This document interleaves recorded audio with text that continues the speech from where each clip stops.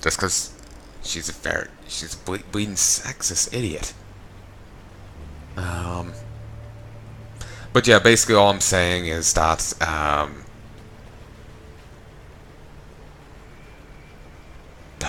what was I saying?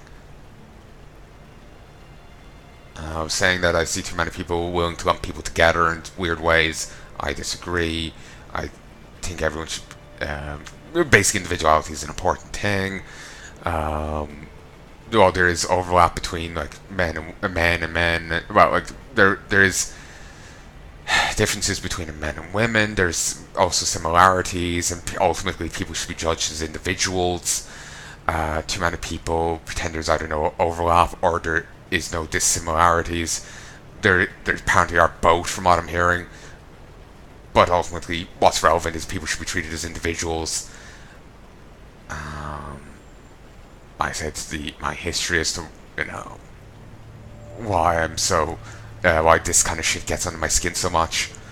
Yeah, I think I've said everything. I've just completely lost my train of thought there, and I've forgotten what I've said. I can't remember the gist, but honestly, you'd think I'd remember more. I just said it 5 fucking minutes ago.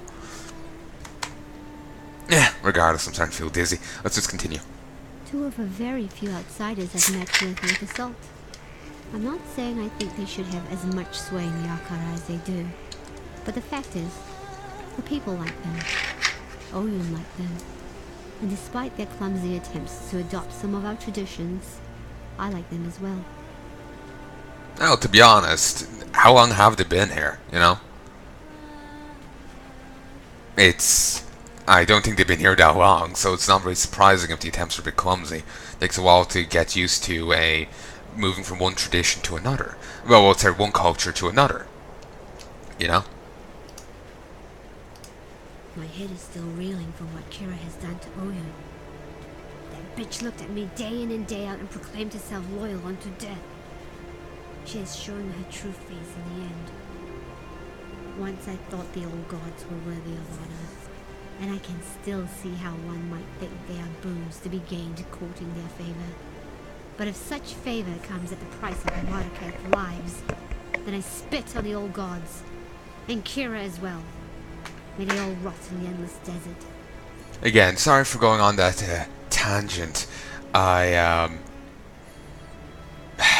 Again, what she was saying just kind of, it really rubs me the wrong way. You can kind of see why, given my history. I know it's a fictional character, but I've honestly seen people who would preach such superiority of women, and it honestly gets under my skin. So yeah, it gets under my skin, so I just start bitching. Again, I like bitching, so it's any excuse. So, but again, I do apologize. To compensate, I will give you an extra episode after this one. Excuse me. So, yeah. I'll mark this as tangent. So just so I remember, and so ye know in warning. Still, it's not much of a tangent, I don't think. I don't think I talked for that long about it, but maybe I talked for longer than I realised. I've done that before. I went on one tangent and it spanned like 2 episodes. It was like 20 minutes by itself. I didn't mean to talk that long. I was bitching about a stupid dating advice book. The problem with women is men.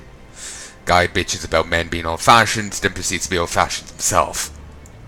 And proclaims those who disagree with him to be less evolved. Fucking smug asshole. Smug, superiority complex ridden asshole. Before I start bitching any further, let's talk about the god. I would offer prayers up to the goddess of the breeze as a child, and listen to her voice sing and whisper as she danced through my family's wind chimes. She was my favorite. But in light of recent time, I can only believe that some immortal madness has laid waste to her mind. The voice she was likely referring to was just the wind itself, rather than the actual voice of the goddess. She had the musical notes of the someone's speaking would be the musical sound of the charms.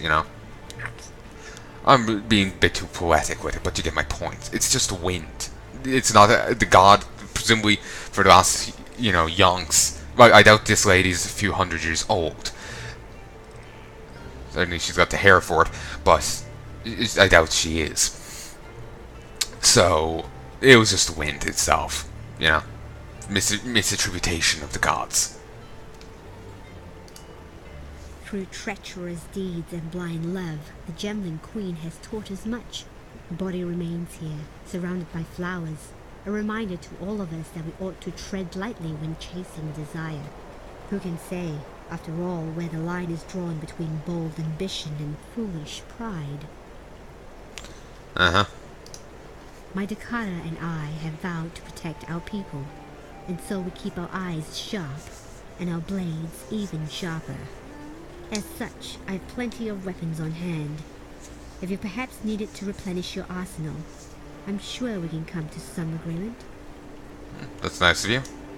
Though you showed a mighty bravery when you slew that horrendous beast, by the thoughtlessness of your actions you have caused great trouble to fall upon our home. The water runs red with toxic corrupted blood.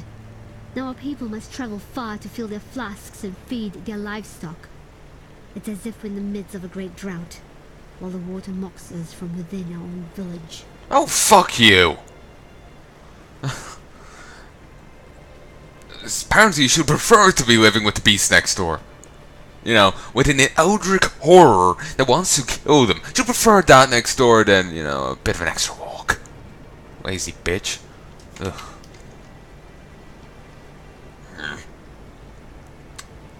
Ooh.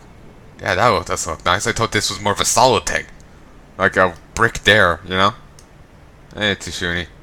The nightmares are the whispers. Speak up. Yet, like prophets, cowering within crevice and crack. They speak of O God's return, and the reprisal of an exile to a beleaguered land. My sister Kira has grown obsessed with the vulture of the waste, our goddess Garuka. Kira has taken Oriath and plans to sacrifice her, imagining she can reforge herself as a Red Sakema, a warlord destined to unite the Madakath under her bloody banner. My sister's betrayal is too great for forgiveness. Like a rabid dog wandering the mountain paths, she must be put down. I ask this of you, for you are familiar with such barbarism and will not feel the pangs of mercy that I would. On her person, I suspect you will find Oyun's royal mandate, the Sakema Feather. If Kira truly wishes to take the throne, she would need such an item to be considered more than a simple usurper. Bring it to me for safekeeping. And please, return our Sakema Oyun to us, if you can. If she still lives, that is. But don't risk your life for hers. I know her mind. She would not want that. That is very sneaky, and that is dirty pool. That really is, Tasuni. Really is. Just what he's saying there and all that. It's just, it's dirty. It's again the other lady. She's, he's pulling for leadership as if it's a bitch in heat. It's, he's kind of telling us not. He's trying to set himself up as the next leader. Bring the set feather here for me for keeping, but don't stress yourself about saving the previous leader, the current leader. Doing this is setting them up to be leader. Yes, I know of that dark god perched atop your shoulder. His image comes forth in my mind's eye. I hear the sound of his breath crackle against the coldness of our mountain air. He has a different energy than the god viewed in the dreams. Less hostile, more empathetic to the plight which humanity suffers. Should his brethren be left to roam free? It seems, Lord Sen, as if you are on us. In the twisting, shifting black smoke of my dream, I saw the beast. lying slain at your feet. I saw the rise of the old gods, the rigid, dusty remains, springing in sudden haste to life. I saw the growing of their power. As the corruption began to fade, I felt utter anguish, the madness of the beast's last rapid breath. Yet my sight, my power, still remains. It would appear that I was permanently marked by its corruption, even as I was birthed from my mother's womb. While now, my mother is no longer around to protect me, and the beast lies rotting in the boughs of the wretched mountain. Why ask me about her?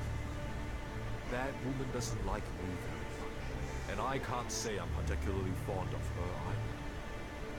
She seems to have gotten into her head somehow that I am the epitome of all evil, a selfish, blind villain.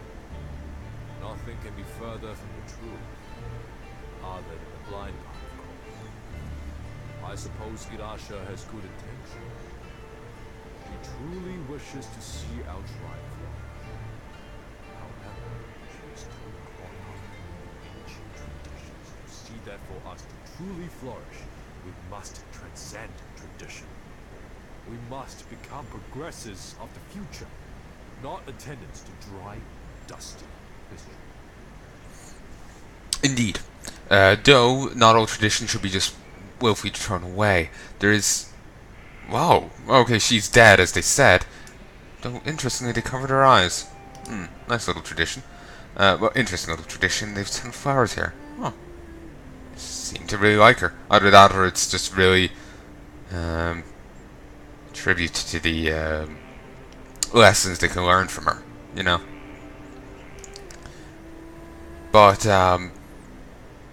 you know, basically the tradition should be weighed up and valued and whatnot based on their actual worth than anything else. Oh, they've kind of blocked there off. Strange.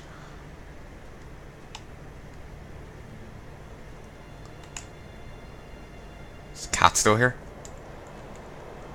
The descent? Wasn't that an ascent before?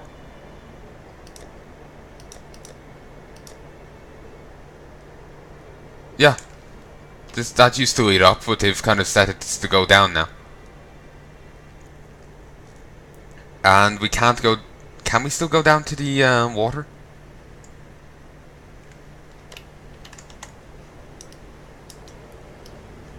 Actually, let's look. Survivors huddle neath baleful shadows of rot and decay. Ooh, you. Welcome. A single tap from the chisel, and the guide's marks grow far clearer. You greatly enhance the quality of a map with a single cartographer's chisel.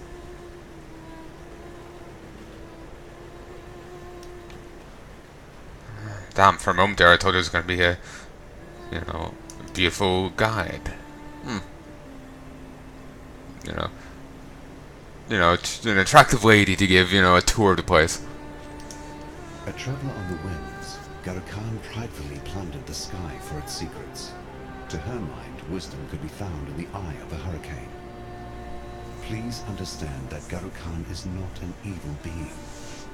She was once my friend and companion. Her beauty astonished me as her aspirations inspired me. Yet I must forgo my sentiments for the sake of humankind. Like winds erode the sandstone, Garo-Khan has been warped by the same powers she enslaved. This is not my goddess that you shall slay. And if I continue to say it, I might very well come to believe it. You can actually hear this strain in his voice as he's saying, "This is not my goddess you slay," or whatever. "This is not my goddess." This strain, you can hear it in his voice.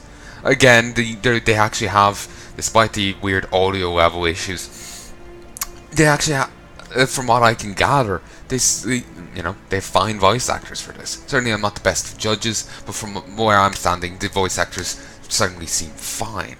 Certainly better than the ones they got for Grim Dawn. Different devs. Certainly better than the voice actors for that game, because I found some of them were a little too, I am reading a script. I am reading a script. Maybe not quite that robotic. I was starting to remind myself of the beer bot there from Taverncast. Or, I presume with their take. I'm not sure if that was a thing they came up with, or if they just borrowed that from something else that I have never seen. Because they've made plenty of references. They had a parody of the Love Boat team. And when I was younger, I never heard of the Love Boat, so I thought it was some skit they came up with themselves. So, maybe the beer bot's from something else, I have no idea. But regardless, some of them were a little wooden and whatnot. So, I'm not sure on the others, I'm a little iffy. But, you know, I've liked what I've heard in here. I weep for my poor Garukan. Together we experienced the loftiest moments that this world could offer. Alas, it was my heavy heart that she could no longer bear. I knew her pride would one day be the storm that would ravage my precious humanity. In truth, it was for Garukan that I served the Dark Ember within the depths of Highgate. When love cannot be slain, it must be laid down to sleep.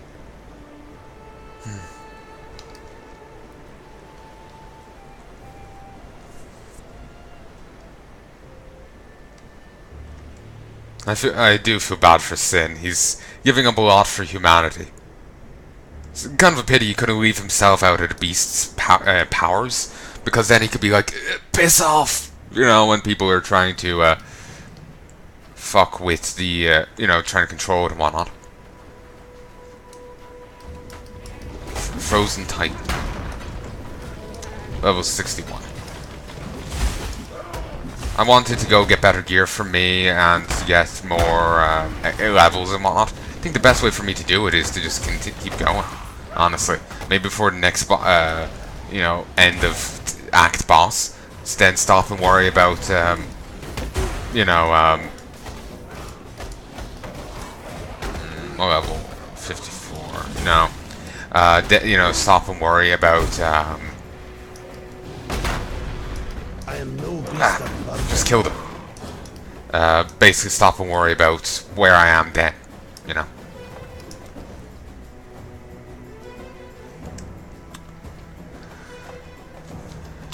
Okay.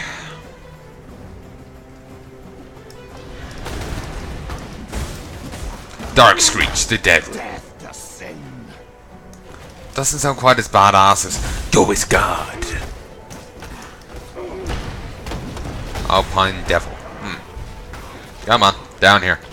Don't think I can get up to you.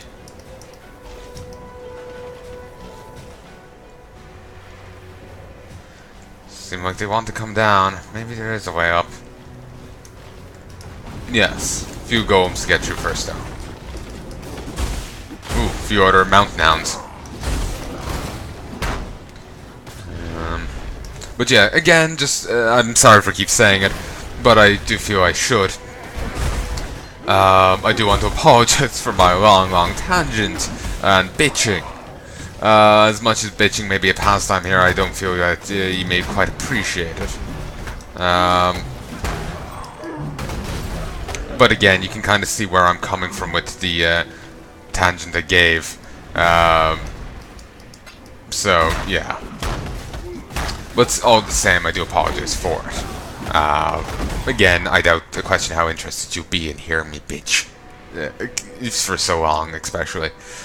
So, yeah. But, like I said, I'll give you bonus episodes to compensate, and hopefully that'll be enough.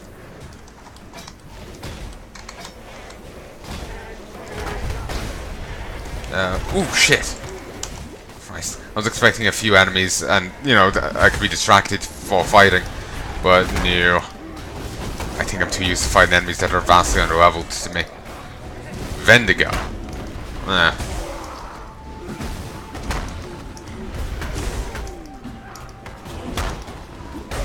Alright.